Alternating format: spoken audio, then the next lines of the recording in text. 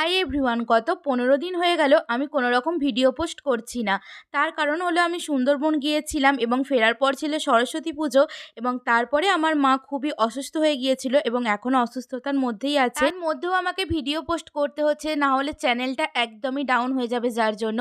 তো অনেক দিন আগে আমি এই মাটির লক্ষ্মী ভাণ্ডারটা বানিয়েছিলাম কিন্তু রং করা হয়নি। তোমরা তো ভিডিওতেই দেখলে যে প্রথম আমি একটা স্কচ ব্রাইট দিয়ে ঘষে নিয়ে তারপরে এর মধ্যে খড়িমাটি আর জল মিশিয়ে একটা প্রলেপ দিয়ে নিয়েছিলাম। আর এই খড়িমাটি দেওয়ার ফলে এর মধ্যে একটা ম্যাট ফিনিশ এসেছে, যেটা আমার বেশ ভালো লেগেছে।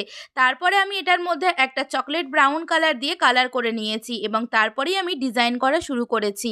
তোমাদের কাছে যদি সাদা কালারটা খুব কম পরিমাণে থাকে তাহলে কিন্তু তোমরা এই খড়িমাটি দিয়েও কাজ করতে পারো। এর মধ্যেও কিন্তু খুব ভালো একটা ফিনিশিং পাবে, তবে হ্যাঁ, খুব একটা গ্লসি ফিনিশ কিন্তু পাবে না। তবে এই মাটির ভান্ডার তৈরি করার প্রসেসটাও আমি ভিডিও করেছিলাম, কিন্তু অন্যান্য ভিডিওগুলো ডিলিট করার সাথে সাথে এই ভিডিওটাও কখন ডিলিট হয়ে গেছে আমি বুঝতে পারিনি। তবে আমি যদি ভিডিও ক্লিপগুলো কালেক্ট করতে পারি তবে অবশ্যই তোমাদের সাথে শেয়ার করব। আজকে আমার বানানো এই মাটির লক্ষ্মী ভান্ডারের উপর ডিজাইনটা তোমাদের কেমন লাগলো সেটা কিন্তু অবশ্যই কমেন্ট করে জানিও। আর ভালো লাগলে চ্যানেলটিকে অবশ্যই সাবস্ক্রাইব করো এবং একটি লাইক করে দিও।